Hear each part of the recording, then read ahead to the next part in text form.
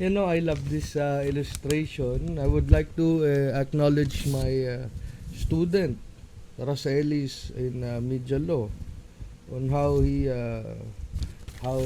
illustrated how a bill becomes a law. Ayan. We could use that as an example. Ayan, no. They will file a bill, then the bill is referred to the committee, then it will be passed to the Congress if approved, so on and so forth. You can have it. You can see it for a very short period of time. Okay, I think that will be enough. Then let's discuss when laws take effect. Kailan ba nagte-take effect ang batas? Okay, if you are not aware, it is provided in the Article 2 of the Civil Code as to when laws shall take effect, provided that laws shall take effect after 15 days following the completion of their publication either in the official gazette or in a newspaper of general circulation in the Philippines. We have the unless it is otherwise provided. Unless it is otherwise provided refers to the date of the effectivity of the law, no? As to when the law shall take effect, and not to the requirement of the publication itself, which cannot in any event be omitted or be failed to perform. 15 days. So ilang araw 'yon? Halimbawa ba nag-sign ng batas ngayon, ilang araw 'yon bago mag-take into effect?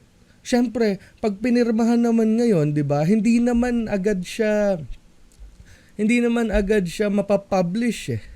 Hindi naman agad siya mapapublish.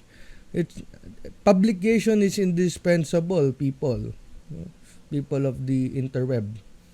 Publication is indispensable. It will only take effect after 15 days, following the completion of their publication. It is indispensable. You can read the case of Tañada versus Tuvera regarding the said requirement, no? Tañada versus Tuvera. Okay, remember the rule in Article 30. In Article 13, okay? First day excluded, last day included. Okay? First day excluded, last day included. That is Article 13, Paragraph 3. Okay? Let's create another problem. Let's say, nakapasa na ng third reading. Parasa na sa executive.